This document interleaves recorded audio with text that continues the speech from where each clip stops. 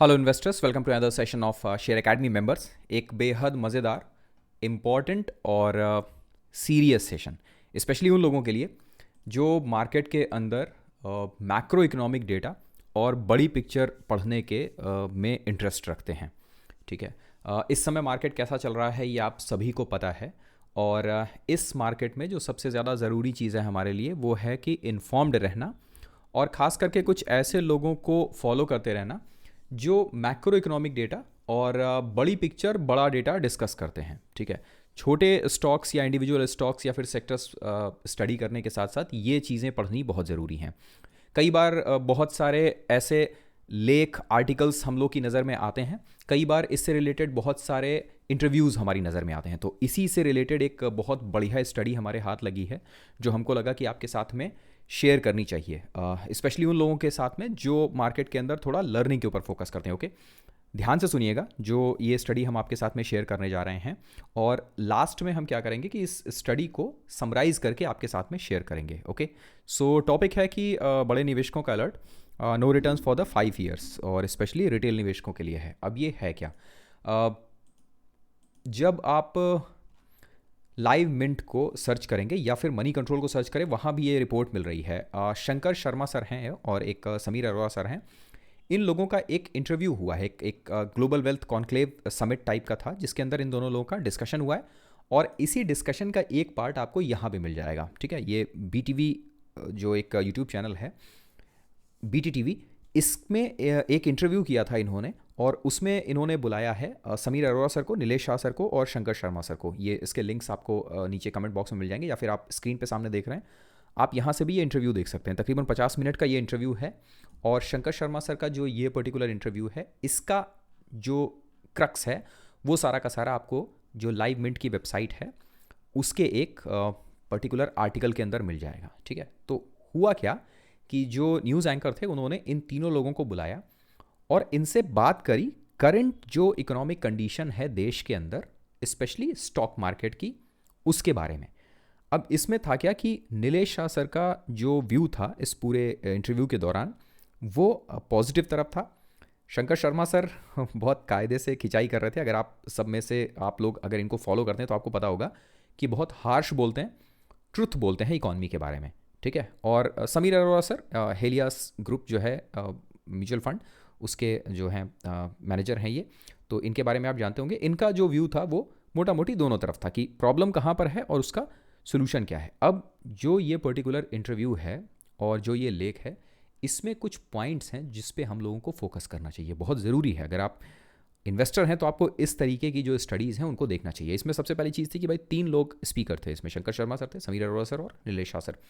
ना इसमें जो फर्स्ट पॉइंट निकल के आया दैट वाज कि जो मार्केट है it's a pure cyclical in nature. जो सबसे बड़ा पॉइंट था शंकर शर्मा सर का, इन्होंने कहा कि बहुत सारे लोग ऐसे हैं जो मार्केट में जो पिछला बुल रन चल रहा था उसको लेकर बहुत खुश थे, और उनका कहना था कि मार्केट सिक्लिकल नहीं है। तो उनकी अभी समझ में आ जाएगा कि मार्केट इज़ ऑलवेज सिक्लिकल। और इन्होंने एक बड़ी अच्छी बात कही, इन्होंने कहा कि जो मार्केट का साइकिल है, जो बुल का साइकिल होता है, वो अप्रॉक्सीमेटली 5 ईयर्स तक टिकता है। इसके बाद आपको एक हार्ड बियर साइकिल देखने को मिलेगा। ठीक है। तो इन्होंने कहा कि भाई जो लोग अभी लेटेस्ट लास्ट 5 सालों के अंदर मार्केट के अंदर आए हैं उनको अभी एक बढ़िया बियर साइकिल का टेस्ट देखने को मिलेगा, जो उनमें से बहुत सारे लोगों के लिए परेशानी का सबब होगा। ठीक है। अब इस चीज़ को आप अगर निफ्टी के चार्ट के ऊपर स्टडी करेंगे तो आपको ये वाला जो पर्टिकुलर पार्ट है ये बहुत हद तक आपको रियल देखने को मिलेगा। ठीक है। एक बढ़िया जो बुल साइकिल था वो 2004 से शुरू हुआ था, लगभग 2008 के आसपास तक। देन उसके बाद में जो ग्लोबल मेल्ट डाउन था वो आया, वर्ल्ड इकोनॉमिक क्राइसिस जो था। उसके बाद जो अगला साइकिल शुरू हुआ अच्छा, वो तकरीबन 2012-13 के आसपास से। ठीक है। और वो चला है लगभग अप्रैल 2016 के आसपास तक।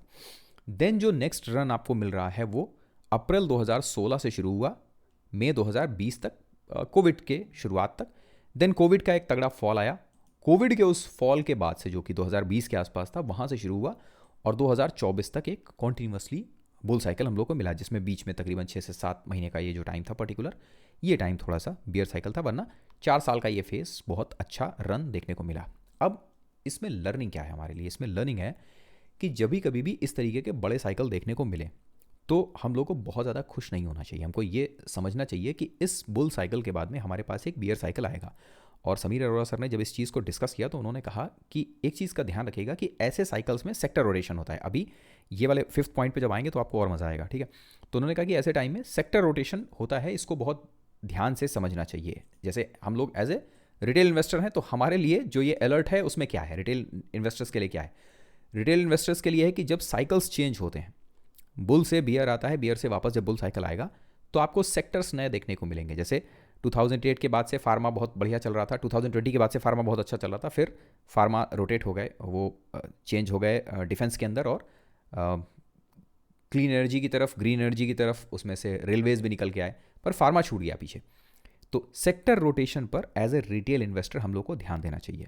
दूसरा जो इंपॉर्टेंट पॉइंट निकल के आया वो शंकर शर्मा सर का कहना था कि अगले 5 सालों के अंदर अब उतना बड़ा रिटर्न देखने को नहीं मिलेगा जितना बड़ा रिटर्न आपको इससे पहले देखने को मिला था, ठीक है। उन्होंने कहा कि जो वो अंधा पैसा बन रहा था उस समय, वो अंधा पैसा अब आपको नया देखने को नहीं मिलेगा। इसलिए ये जो पर्टिकुलर इन्फॉर्मेशन है, ये इन्फॉर्मेशन हमारे लिए कैसे बेहतर है। उन्होंने कहा कि जो निफ्टी के अंदर आपको कॉन्टिन्यूसली एक तरफा रिटर्न देखने को मिल रहा था, वो निफ्टी के अंदर आपको ब्रॉडर मार्केट के अंदर आपको कॉन्टिन्यूसली एक तरफा रिटर्न देखने को नहीं मिलेगा। जो 12-14% का एनवलाइज तौर पर जो CAGR निफ्टी देता था, वो आपको वैसा देखने को नहीं मिलेगा। अब इसमें एज ए रिटेल इन्वेस्टर हम लोग के लिए लर्निंग क्या है कि इसमें फोकस्ड अप्रोच रखनी पड़ेगी हमको। कैसी? स्पेसिफिक सेक्टर्स चलेंगे, सेक्टर्स के अंदर भी स्पेसिफिक स्टॉक्स चलेंगे। इसी वजह से आप देखेंगे कि फंडामेंटल्स के साथ साथ टेक्निकल्स की इंपॉर्टेंस बहुत ज़्यादा बढ़ेगी। जब बुल रन चल रहा होता है तब गधे घोड़े सब भाग रहे होते हैं, ये इस डिस्कशन का पार्ट था। उन्होंने कहा, देखिए इसी वजह से लास्ट में हमने क्या लिखा हुआ है कि we bet on horses not donkeys. तो बेसिकली उन्होंने कहा कि जब बुल रन चल रहा होता है उस समय गधे घोड़े सब भाग रहे होते हैं, तब आप किसी के ऊपर भी दांव लगा दो सब चलेगा। पर जब मार्केट अपने डीप साइकिल के अंदर आता है और नेगेटिव साइकिल की तरफ जाता है, उस समय फिर आपको जो बॉयज़ वर्सेस मैन अलग अलग हो जाते हैं या फिर हॉर्सेज और डंकीज अलग अलग हो जाते हैं, तब आपको इंडिविजुअल स्टॉक्स के ऊपर फोकस करना होता है। देन फोर्थ जो पॉइंट था, या कहें कि ओवरऑल थर्ड पॉइंट था, फोर्थ ही रखते हैं इसको, निकल के आया वो था कि जो FIIs की सेलिंग हो रही है कॉन्टीन्यूसली, वो किस वजह से हो रही है। तो उसमें एक साइकिल उन्होंने एक रीज़न दिया, वो ये था कि सिंपल कि डॉलर स्ट्रांग हो रहा है, रुपया गिर रहा है, और इसकी वजह से जो मार्केट के अंदर जो वैल्यूएशन है जो निफ्टी का, वो भी वैल्यूएशन भी अपने हायर साइड में चला गया था। तो डॉलर स्ट्रांग और रुपीज़ गिरने की वजह से जो FIIs जो पैसा बना भी रहे हैं, वो पैसा बेसिकली उनके लिए बहुत ज़्यादा प्रॉफिटेबल नहीं रह गया है, बिकॉज डॉलर सेंस में जो रिटर्न है वो बहुत कम होता जा रहा है। और थर्ड पार्ट था जो कि टैक्सेस से रिलेटेड है। आप सभी को पता है कि LTCG STT टैक्सेस जो हैं यहाँ लगते हैं, वो समीर अरोड़ा सर ने कहा कि वर्ल्ड के 20 अदर कंट्रीज़ हैं जिनमें से कहीं भी ये टैक्सेस नहीं लगते हैं। कि आप जो FIIs के लिए कि आप जो यहाँ देश के अंदर कमा रहे हो उसके ऊपर आपको टैक्स देना पड़ेगा, ये कहीं और नहीं है, ये इंडिया के अंदर है। तो ये एक पर्टिकुलर इन्फॉर्मेशन अच्छी इस वजह से थी बिकॉज अब जितने भी बड़े प्लेयर्स हैं, जितने ऐसे लोग हैं जिनकी बातें बेसिकली फाइनेंस मिनिस्ट्री और गवर्नमेंट सुनती है, वो लोग भी इस पार्ट को लेके आ रहे हैं कि आप जो टैक्सेस लगा रहे हैं अर्निंग के ऊपर, इन टैक्सेस में आपको कटौती करनी चाहिए। इस वजह से हम लोग को क्या करना चाहिए कि जो गवर्नमेंट की पॉलिसीज़ हैं हम लोग को इसके ऊपर फोकस करना चाहिए। थोड़ा सा मैक्रो इकोनॉमिक डेटा कॉन्टीन्यूसली पढ़ते रहना चाहिए और देखते हैं कि गवर्नमेंट इसके बारे में क्या डिसीजन लेती है। एक बहुत इंपॉर्टेंट पॉइंट इसमें निकल के आया और वो था समीर अरोड़ा सर का जो पोर्टफोलियो है उसमें IT जो है ना, वो एक बहुत मेजर पार्ट था, ठीक है। और हम सभी लोग जानते हैं कि इससे पहले भी हम लोगों ने आपके साथ में एक पर्टिकुलर वीडियो शेयर किया था। अगर आप लोगों को नहीं पता है या आपने नहीं देखा है तो एक रिपोर्ट हम लोगों ने शेयर करी आपके साथ में, वो पर्टिकुलर रिपोर्ट ज़रूर देखिएगा। और वो रिलेटेड है आई गेस मेरे ख्याल में लाइव सेशन से। हाँ, ये लाइव सेशन का था कि ये वाला वीडियो देखिएगा कि इस रिपोर्ट पर किसी ने ध्यान नहीं दिया, ठीक है। ये बेसिकली वीडियो बहुत इंपॉर्टेंट है ये, ठीक है। अगर आपने नहीं देखा है तो इसको देखिएगा। एक रिपोर्ट आई है बहुत अच्छी जो कि ओवरऑल इंडियन इकोनॉमी के ऊपर है ये पूरी रिपोर्ट, ठीक है। नाउ इस रिपोर्ट के अंदर एक इन्फॉर्मेशन दी गई है और वो इन्फॉर्मेशन है कि इंडिया से जो हम लोग एक्सपोर्ट करते हैं मैक्सिमम, उसमें सर्विसेज में जो IT सेक्टर है उसका सबसे बड़ा रोल है। मतलब सर्विसेज सबसे ज़्यादा हम एक्सपोर्ट करते हैं, जो मैन्युफैक्चरिंग है वो हमारी कम है, और उसमें भी जो IT सेक्टर है वो सबसे ज़्यादा है। अब समीर अरोड़ा सर का कहना था कि यार IT सेक्टर के अंदर AI आने की वजह से डिसरप्शन बहुत ज़्यादा हो रहा है।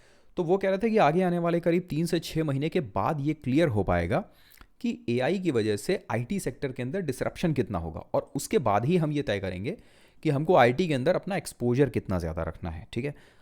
ये पर्टिकुलर चीज़ अगर आप इस पर्टिकुलर वीडियो और जो ये इंटरव्यू है इससे अगर लर्निंग के तौर पर उठाना चाहें तो हम लोग को AI का जो डिसरप्शन होने वाला है आईटी सेक्टर के अंदर, इसके ऊपर थोड़ा सा और स्टडी करना चाहिए।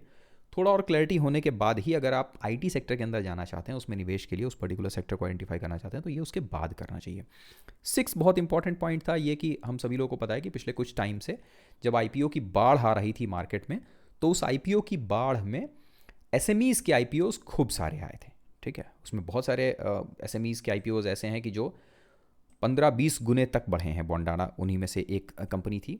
तो इसके बारे में डिस्कशन करते हुए जितने भी तीनों मैनेजर्स थे, उन्होंने बताया कि भाई हमको बहुत ज़्यादा प्रॉब्लम इस वजह से नहीं हुई, और स्पेशली ये नीलेश शाह सर का कहना था। उन्होंने कहा क्योंकि हम लोगों ने डंकीज़ के ऊपर दाव नहीं लगाया। डंकीज़ का मतलब था कि ऐसी कंपनियां जिनके फंडामेंटल्स बहुत अच्छे नहीं हैं और जो उस मार्केट में बहुत तेज़ी से भागती जा रही हैं। तो उन्होंने कहा कि वो कंपनियां जो बहुत तेज़ी से भाग रही थी वो उसके बाद अब गिर भी रही हैं। पर हमारे पास में जो कंपनियां ऐसी हैं कि जो पिछले 10-15 सालों से fundamentally strong companies, consistent profit making companies थी, हमने वो लेके रखी हुई हैं।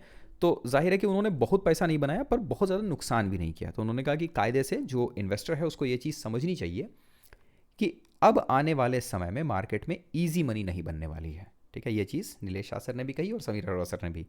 उन्होंने कहा कि आगे आने वाले समय में मार्केट में अब ईजी मनी नहीं बनेगी, इसलिए ज़्यादा फोकस करना है उन कंपनियों के ऊपर जो फंडामेंटली स्ट्रॉन्ग कंपनीज हैं।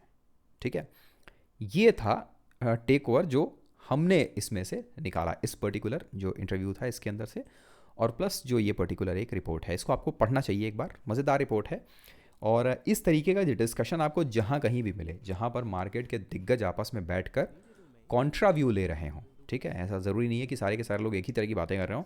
जहाँ पर मार्केट के दिग्गज कॉन्ट्रा व्यू ले रहे हों, ऐसे इंटरव्यूज़ हम लोग को सुनने चाहिए, उनसे सीखने की कोशिश करनी चाहिए। सो वी होप कि ये छोटी सी स्टडी थी, हमको लगा कि बढ़िया स्टडी है। जब हम इंटरव्यू पढ़ रहे थे तो हमको ही मज़ा आ रहा था, और वो स्पेशली इंटरव्यू देखने में। सो हमको लगा कि आपके साथ में शेयर करना चाहिए। इसको देखिएगा तो आपको दोनों व्यूज़ मिलेंगे, पॉजिटिव व्यू भी मिलेगा इकॉनमी के ऊपर और नेगेटिव व्यू भी मिलेगा।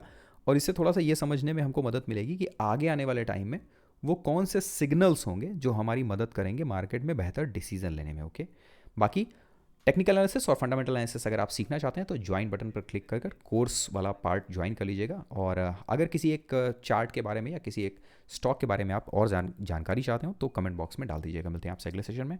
जम के पढ़ते रहिए।